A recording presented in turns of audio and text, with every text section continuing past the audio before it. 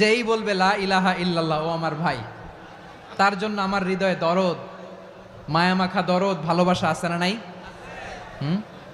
তাওহীদ, এই মুসলিম উম্মার ঐক্যের ভিত্তি তাওহীদ। পেকুয়ার ভাইরা মনে রাখেন, মেসেজগুলো মনে রাখেন। মুসলিম উম্মার ইউনিটি, ঐক্য, এটার ভিত্তি হচ্ছে তাওহীদ। যেই পড়বে লা ইলাহা ইল্লাল্লাহ সে আমার কি? এজন্য বিষ্ণুই বলেন, মান ক্বালা লা ইলাহা ইল্লাল্লাহ, যে ব্যক্তি বলবে লা ইলাহা ইল্লাল্লাহ মুখলিসান মিন কলবিহি, অন্তর থেকে যে পড়বে লা ইলাহা ইল্লাল্লাহ, দাখালাল জান্নাহ, সে জান্নাতি হয়ে যাবে। সুবহানাল্লাহ বলেন। যেই পড়বে লা ইলাহা ইল্লাল্লাহ সে কই যাবে? জান্নাতি হয়ে যাবে। তো এখন আমার সব ভাই যারাই লা ইলাহা পড়ছে জান্নাতে যাক, চাই কি চাই না? নাকি আপনি শুধু একাই জান্নাতে যেতে চান? একাই যেতে চান?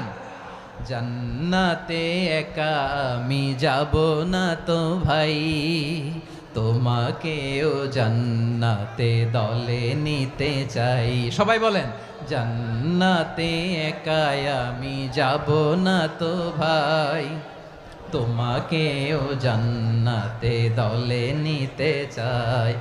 আমাদের জান্নাতের দল ভারী হোক, আমরা চাই কি চাই না?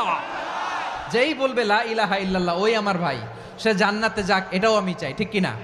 নাকি সবাইরে জাহান্নামে পাঠাইয়া খালি আপনি জান্নাতে ঢুকবেন? আচ্ছা বলেন, সব গেছে জাহান্নামে, আপনি একা জান্নাতে, ওই জান্নাতে ভাল লাগবে আপনার? আকল খাটান। সব জাহান্নামে গেছে, যান। এ কাফের, ও জালেম, ও নাস্তিক, সব গেছে জাহান্নামে, আপনি একা জান্নাতে, ওই জান্নাতে ভাল লাগবে?